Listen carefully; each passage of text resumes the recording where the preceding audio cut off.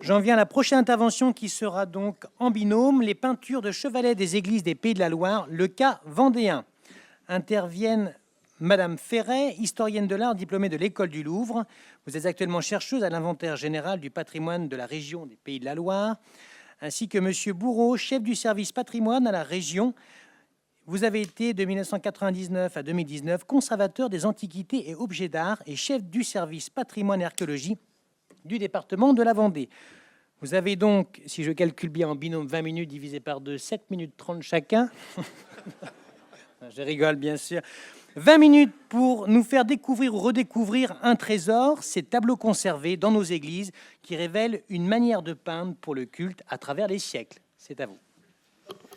Merci aux organisateurs de nous avoir invités à quitter notre bel hôtel de région à Nantes pour vous rejoindre ici pour évoquer la peinture de chevalet. Vous allez me dire, c'est bien curieux de débuter une intervention sur la peinture de chevalet en associant le chantier de Notre-Dame de Paris et deux vues intérieures de l'église Saint-Hilaire de Mortagne-sur-Sèvre, qu'on nomme aujourd'hui Vendée-Vitrail. Eh bien, pas tant que ça, parce qu'il y a un peu de Notre-Dame de Paris ici en Vendée, à Saint-Hilaire de Mortagne, tout simplement parce que nous avons réussi, avant l'incendie, en 2013, si je ne m'abuse, à capturer le vitrail que vous voyez ici à droite, qui est un vitrail d'un maître verrier, Louis Mazetier, que vous connaissez bien, parce qu'il figure même sur la plaquette et le flyer de cette manifestation aujourd'hui, et que ce vitrail, l'État a accepté de le libérer des baies hautes de Notre-Dame de Paris, puisque, professeur Legnaud, ce vitrail avait été imaginé et conçu par Louis Mazetier pour orner les baies hautes de Notre-Dame de Paris au moment de la crise de 1930-35, la crise de la création des vitraux de Notre-Dame. Nous avons ici à le capturer avant l'incendie. Il fait les joies de Vendée-Vitrail aujourd'hui. Ces deux édifices, à notre avis, manifestent véritablement le regain d'intérêt pour le patrimoine religieux et que parfois, d'une crise de préservation, on peut en tirer bénéfice. Et ça a été le cas de Vendée-Vitrail à Mortagne. Certains pourraient parler d'une Disneylandisation du vitrail à Mortagne. Je ne dirais pas ça, mon cher Alain. Je ne dirais pas ça parce que Vendée-Vitrail, on peut le voir, c'est un projet réussi, c'est un projet qui reçoit des prix. Bertrand de Fédot aurait pu citer Mortagnère lorsqu'il a parlé du prix Sésame, mais on peut aussi citer les rubans du patrimoine qui ont honoré Vendée-Vitrail. J'ai l'honneur, moi, de donner quelques heures de cours ici, dans ce beau lieu qu'est l'ICES, à des étudiants en Master 2 Histoire vivante. Chaque année, je les emmène à Mortagne-sur-Sèvre et ils sont complètement subjugués, étonnés par le fait de trouver un tel lieu et une telle qualité de médiation et non pas de Disneylandisation. Toujours est-il que ça incarne vraiment une renaissance de ce patrimoine, renaissance qui a été quelque part pointée du doigt par le rapport Ventalon-Ouzoulias, ces deux sénateurs qui en 2022 ont produit ce fameux rapport dont les intentions étaient déjà palpables chez nous, professionnels du patrimoine, depuis des années. Et c'est dans ce cadre-là qu'on a imaginé, avec Marie, en 2020, lancer une étude sur la peinture de chevalet, avec un objectif de connaissance, Marie va vous en parler, de préservation et de valorisation. Cette étude, lancée véritablement en 2022, il a fallu que Marie termine, évidemment, puisque tu en es la pilote, termine son étude, sa remarquable étude sur les faubourgs du Mans. Soit dit en passant, je fais de la publicité pour les ouvrages que tu as produits, dont celui sur l'art sacré, les églises du XXe siècle au Mans. Achetez cet ouvrage produit par la région et les éditions 303, remarquable.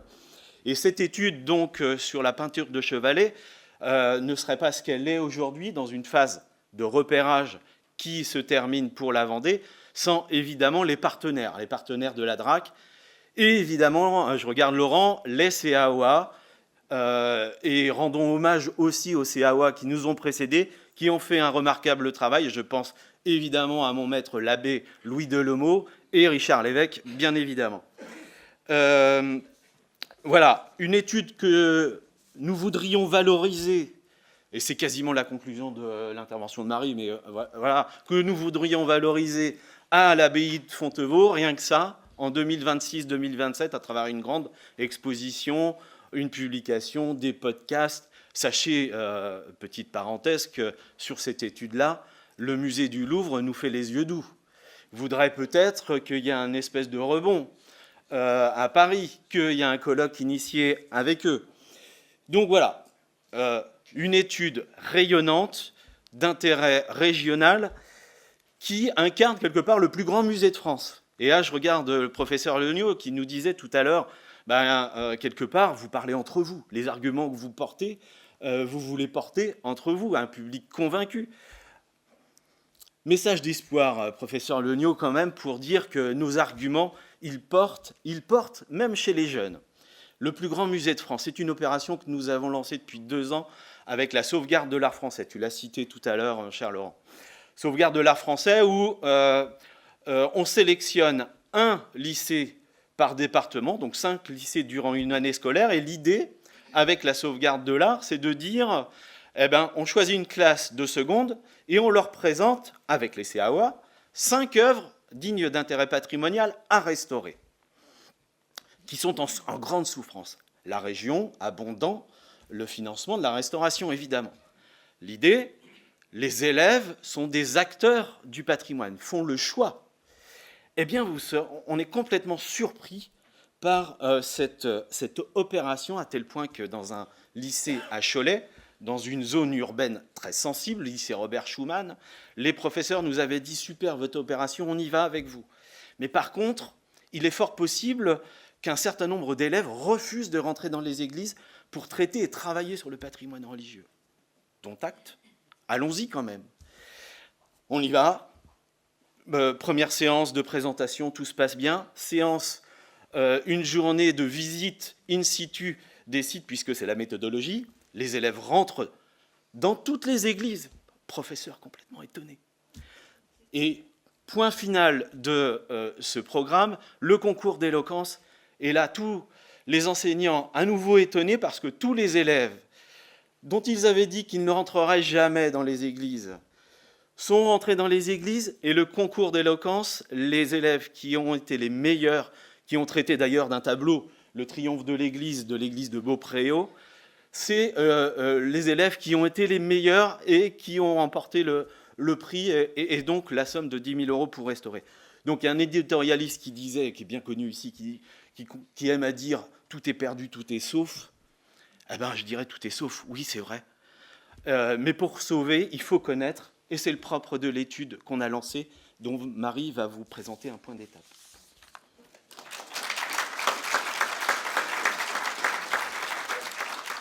Merci Julien, bonjour à toutes et à tous. Merci de nous donner la possibilité aujourd'hui de présenter les premiers résultats d'une étude au long cours qui, comme l'a expliqué Julien, est une étude collective.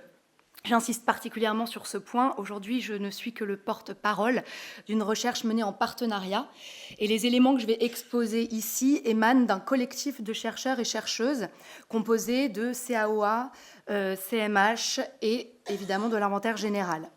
Cette collaboration n'est pas inédite.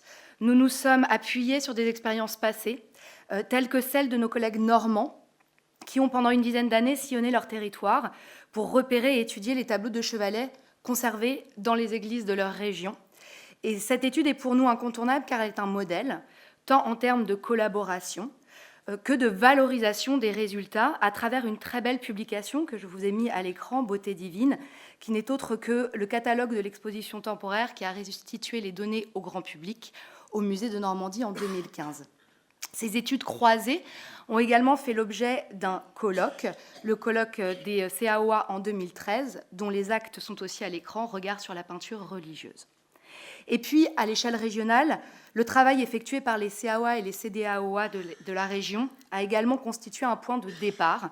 Et je prends en exemple ici l'immense recherche effectuée par la regrettée Aneta Palonka sur les tableaux du XVIIe siècle en Sarthe, étude qui fait date et sur laquelle la recherche engagée se fonde immanquablement. Alors, il me faut revenir sur la méthodologie que nous avons employée et que nous avons mis en œuvre pour monter cette recherche.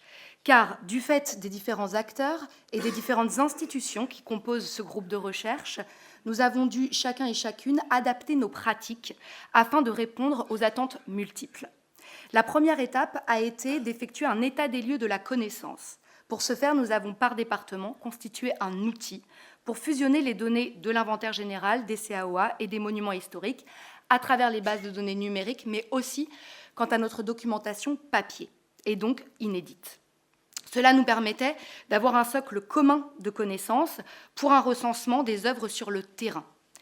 Par un souci d'exhaustivité territoriale, l'ensemble du diocèse a été arpenté. Les églises, les basiliques, la cathédrale ont toutes été visitées, ainsi que la majorité des chapelles paroissiales, qui ont été ciblées par un travail documentaire en amont au travail de terrain. Ce recensement, dont vous avez une cartographie ici, a permis de faire évoluer le corpus d'environ 60%, le corpus connu des peintures de chevalets conservées donc dans les églises, les basiliques et la cathédrale et les chapelles paroissiales. Actuellement en Vendée, nous pouvons dénombrer 479 tableaux connus et identifiés. On constate, comme vous pouvez le voir, une répartition territoriale homogène de ces tableaux, mais la densité des œuvres peintes reste bien plus importante dans les centres urbains, Luçon, Fontenay-le-Comte et sur la côte atlantique, formant une cartographie en sorte de banane, c'est comme ça qu'on l'a décrite, qu'il nous faudra par la suite analyser et qui bien sûr fait écho à un contexte historique. Alors je préfère préciser tout de suite que pour l'ensemble des départements ligériens, le corpus a doublé, voire triplé, à la suite de ce recensement systématique sur le territoire, ce qui s'explique d'abord par la prise en compte du temps long. Nous avons pris les peintures les plus anciennes jusqu'à nos jours. Et aussi parce que nous avons pris en compte certaines typologies inédites, du type les chemins de croix, même ceux réalisés en série, et j'y reviendrai. Ces données de recensement, que l'on peut donc considérer comme complètes et apportant un regard exhaustif sur la thématique de la peinture pour le département, ont fait l'objet d'analyses afin d'une part de fournir une typochronologie des œuvres, mais également de comprendre les grandes tendances picturales en Vendée, confrontées à une vision régionale. Et c'est peut-être là toute la force de cette étude. C'est cela que nous souhaitons donc vous restituer en partie aujourd'hui. Tout d'abord, la typochronologie. Le corpus dit ancien, c'est-à-dire avant Ancien Régime, est relativement faible en Vendée. Cela s'explique à nouveau par un contexte historique, en comparaison à d'autres départements comme la Sarthe ou le Maine-et-Loire, où là nous trouvons un corpus extrêmement important de peintures anciennes. Les œuvres qui sont conservées en Vendée relatifs à ce corpus sont majoritairement des copies, comme vous pouvez le voir à l'écran. Une copie du repas d'Emmaüs du Titien conservée à l'évêché de Luçon, ou encore la transfiguration d'après Raphaël, conservée dans l'église Notre-Dame de Fontenay-le-Comte, qui propose une interprétation fidèle de la scène, avec néanmoins l'usage d'un coloris propre de l'atticisme parisien. Ces quelques œuvres de grande qualité témoignent des liens plastiques avec l'Italie, qui est une véritable influence pour le corpus ancien en Vendée. Et ça, c'est une particularité à l'échelle de la région, parce que pour les autres départements, l'influence nous vient plutôt du Nord et des Flandres, et non pas de l'Italie. Pour l'Ancien Régime, le corpus est plus vaste.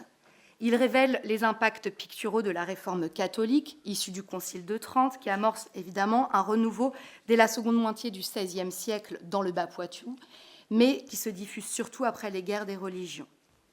Je ne reviendrai pas sur l'iconographie qui est privilégiée. Cela peut paraître un lieu commun pour vous, mais sachez que là encore, ce n'est pas le cas dans tous les départements.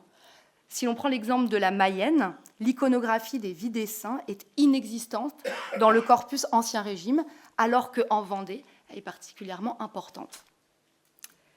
Particularité encore du corpus vendéen pour ces périodes XVIIe et XVIIIe siècle, c'est encore et toujours la part des copies anciennes, signées et ou datées. Cette situation pose de nouveau la question des auteurs des copies directes de tableaux conservés dans de prestigieuses collections royales ou princières, avec l'hypothèse des élèves des académies royales ou provinciales qui pouvaient y avoir accès, et dont la copie faisait partie de l'enseignement. Pour la scène de Saint-Hilaire-de-Riez que vous avez à l'écran, qui est datée de 1676, le modèle a pu récemment être identifié comme étant un tableau, aujourd'hui disparu, d'Abraham van Diepenbeck, je suis désolée pour mon accent flamand, peintre et graveur anversois, contemporain de la toile hiléroise. On note d'ailleurs une impétence marquée à cette période pour les peintres du Nord, contrairement aux périodes anciennes, où, comme je vous l'ai dit, l'influence venait plutôt de l'Italie. Cela s'explique bien sûr par la diffusion par la gravure des œuvres du Nord plus que celles venues d'Italie. Au XIXe siècle, la Vendée est touchée, comme la majorité des départements, par une vague de reconstruction de plusieurs églises du diocèse. Alors, tous les départements, pas forcément, parce qu'en Sarthe, les églises reconstruites au XIXe se comptent sur les doigts des deux mains. Le dépouillement des séries relatives aux commandes et achats d'œuvres d'art par l'État au XIXe confirme la corrélation, en Vendée en tout cas, entre réaménagement architectural et ou décoration de l'édifice. À la Merlatière, par exemple, un tableau de Parent, que vous avez ici à l'écran, est envoyé par l'État. Le bon de commande, conservé aux Archives nationales, daté de 1865, rappelle, je cite, « Église de style gothique construite récemment pour remplacer un édifice en ruine. Il est nécessaire d'envoyer 2 tableaux. » Un des 2 tableaux est donc celui de Parent. Dans ce cadre, plusieurs œuvres sont signées d'artistes de renom. L'Assomption, que vous voyez ici, de Robert Lefebvre à Fontenay-le-Comte, en est une illustration.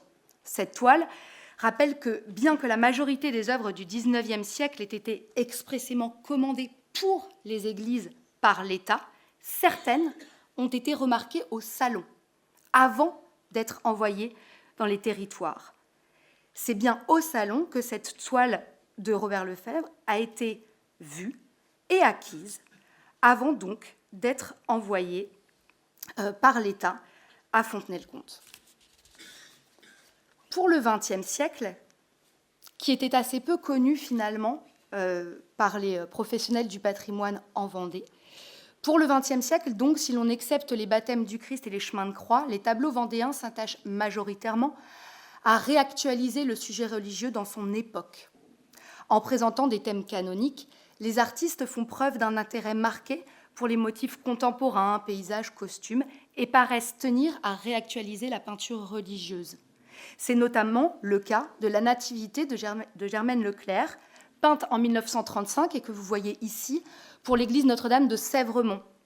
Alors cette artiste est une grande artiste, vous ne la connaissez peut-être pas, mais elle s'inscrit dans la lignée des ateliers d'art sacré fondés en 1919 par Maurice Denis et d'autres, et qui portent la volonté d'une rupture avec l'art dit saint-sulpicien, en délaissant le caractère décoratif de l'art religieux et en personnalisant des scènes canoniques. Dans ce même courant de renouveau du discours, les scènes religieuses quotidiennes deviennent un sujet en soi. C'est notamment le cas de la prière à la grotte de Lourdes de Louis Grignon, ou encore de plusieurs vues d'église qui ont pu être recensées.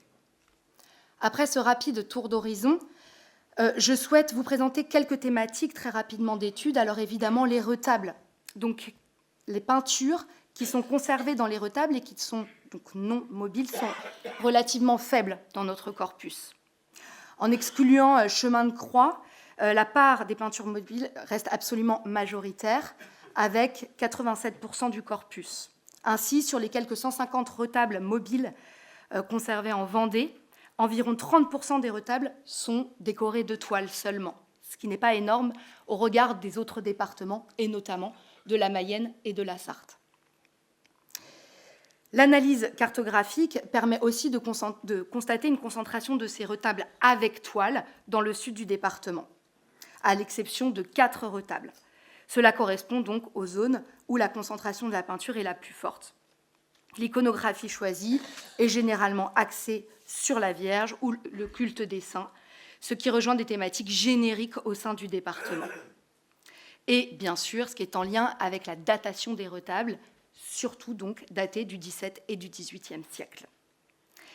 Lors de la réouverture des églises après le Concordat, les retables dépouillés de leur décor durant la Révolution sont souvent complétés de tableaux anciens d'une autre origine. C'est le cas à travers plein d'exemples. Mais nous avons aussi d'autres exemples liés à la disparition de retables, comme c'est le cas à la Flosselière, où pour le coup, il ne nous restera que la toile. Mais il faut aussi évoquer des retables qui ont gardé toute leur intégralité et leur intégrité, comme l'exemple que je vous mets ici, à Noirmoutier-en-l'Île, pour l'église Saint-Philibert. Par ailleurs, quelques thématiques iconographiques, où je vais très très vite, qui vont être prioritaires dans l'étude, comme je vous le disais, les saints, mais aussi bien sûr la question du maritime, à travers les ex-voto marins, mais aussi donc, des saints devant un paysage marin, comme ici, le Saint-Sénoc de Tiffauges. On note une attention toute particulière pour la peinture d'histoire mêlée aux sujets religieux, avec 2 sujets principaux, Saint-Louis et la couronne d'épines, dont la thématique est issue du tableau de Charles Lebrun, mais dont le modèle qui est employé en Vendée n'est pas celui-ci, et bien celui du tableau de Le Sueur, qui représente Saint-Louis soignant les malades, qui est conservé à Tours. Et puis le Henri IV en prière, copié d'une gravure de Léonard Gautier dans l'Instruction chrétienne de Métezeau, ouvrage publié en 1610 et qui a une forte, évidemment, portée politico-religieuse. Je ne m'attarderai pas sur la question des supports parce que je n'ai pas trop le temps en fait, mais ça me permet juste de vous montrer l'importance du métal comme support qui apparaît au XIXe et qui est évidemment à mettre en corrélation avec la peinture dite en série ou la peinture saint-sulpicienne. Alors on connaît très bien la sculpture saint-sulpicienne aujourd'hui, la peinture saint-sulpicienne reste encore assez peu étudiée et c'est une des ambitions de ce projet de recherche, de ce groupe de recherche, qui est d'étudier plus en détail cette peinture-là, notamment à travers la question des chemins de croix. Il y a 127 chemins de croix peints qui ont été recensés en Vendée. Et sur l'ensemble de ces chemins de croix, 82% peuvent être rapprochés de modèles développés par des fabriques et qui vendent sur catalogue. Ce qui représente donc une part extrêmement importante en Vendée, mais aussi en comparaison avec les autres départements où on trouve plus de chemins de croix uniques, inédits et signés par des artistes locaux. Ici, je vous ai mis un exemple, celui du modèle développé par le peintre Édouard Cabane sur une copie du peintre Léon-Basile Perrault, dont l'original est conservé au musée des Beaux-Arts de Poitiers. Il faut savoir que ce modèle d'Édouard Cabane est particulièrement présent en Vendée, plus que dans les autres départements ligériens, et que le lien avec cet artiste reste aujourd'hui à définir parce que c'est le seul département des Pays de la Loire qui conserve, en plus de ses chemins de croix récurrents, deux toiles, pour le coup uniques, signées par l'artiste. Donc la recherche est en cours sur cette question. Et je terminerai par la question de la copie, que j'aborderai ici à grands traits, mais je vous invite à lire l'article que nous avons publié dans les actes de ce colloque. La question de la copie est évidemment incontournable dans l'histoire de l'art de la peinture, et nous observons que pour la peinture qui orne les églises, la copie est évidemment particulièrement présente. Comme vous pouvez le voir sur ce graphique, la répartition des écoles copiées rejoint les pourcentages nationaux. L'école italienne est majoritaire avec une trentaine de tableaux. L'école française suit avec 19 tableaux, puis vient ensuite l'école flamande, en particulier avec Rubens, qui est surreprésenté. Ça, c'est assez logique. En revanche, une question étonnante, un constat est étonnant quant à l'école espagnole, qui n'est présente en Vendée qu'à travers 4 tableaux, contrairement à ce que l'on peut voir sur le territoire national, où des artistes comme Murillo, Zurbarán, etc., ont été particulièrement copiés et particulièrement présents donc, dans les églises de France. Je termine avec 2 exemples. Cet exemple-là, que je pense vous connaissez tous, le tableau de la Visitation conservé à Luçon, un panneau sur bois, dont la gravure originale a été identifiée comme une œuvre de Martin de Vos gravée par Sadler, et qui semble, et ça c'est une nouveauté apportée donc par ce groupe de recherche d'ampleur régionale, donc qui semble avoir essaimé, comme le prouve le même modèle, reproduit dans un tableau de la Quinte en Sarthe, que vous avez également à l'écran, signé de Cherche, nom de famille correspondant à un atelier de peintre extrêmement important de la fin du XVIIe et du début du XVIIIe siècle au Mans. L'échelle régionale de l'étude prend ici tout son sens, car elle permet de prendre la mesure d'une production peinte selon une approche multiscalaire, qui certes cherche à concevoir les grandes orientations locales, mais également de comprendre des dynamiques globales quant à la production picturale, le discours religieux en fonction des époques, le principe de la commande et la diffusion des modèles.